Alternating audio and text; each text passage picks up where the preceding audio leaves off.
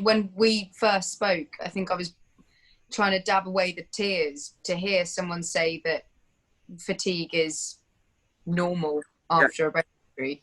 Already something's been wrong with you. You've already had something wrong with you. And so you don't want to then go, oh my, there's something else wrong with me. What else is wrong with me? And fatigue is something that's just so hard. It's something I speak to personally because it's something that I really struggle with. I'm so tired is my most used phrase. And I'm sure that I'm not the only person after a brain injury who's feeling that. Yeah, I mean, fatigue is an example of a symptom which it's possible to manage, but it's not like there's a tablet or an operation to get rid of it. And that's common to most of what we're talking about in brain injury. The treatments that we're talking about are complex, and so by complex I mean that there are multiple strands to a treatment, and those strands interact with one another.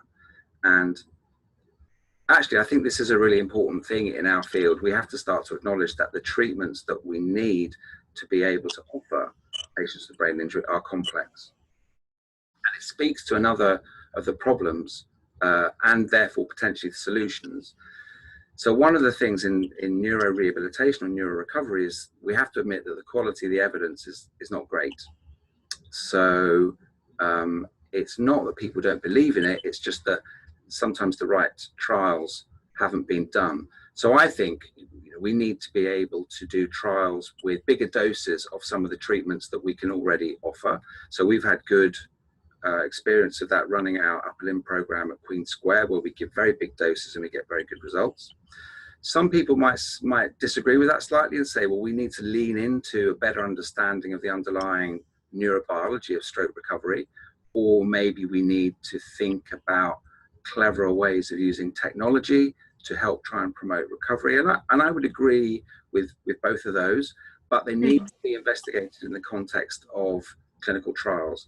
And up until now, we haven't done clinical trials in neuro rehab very well. I think the reason for that is because people have looked at rehabilitation as a very simple intervention. They've taken just one element of a treatment out and they've subjected it to a randomized controlled trial. Whereas the truth is, we're talking about complex interventions, whether it's for obvious symptoms or whether it's for unseen symptoms. And we need to be smarter about how we design our trials to take into account the complexity of the intervention. So that's a tough problem, right? I mean, so we talked about this before, but what we're talking about is how do you fix somebody with brain injury across all of those symptoms?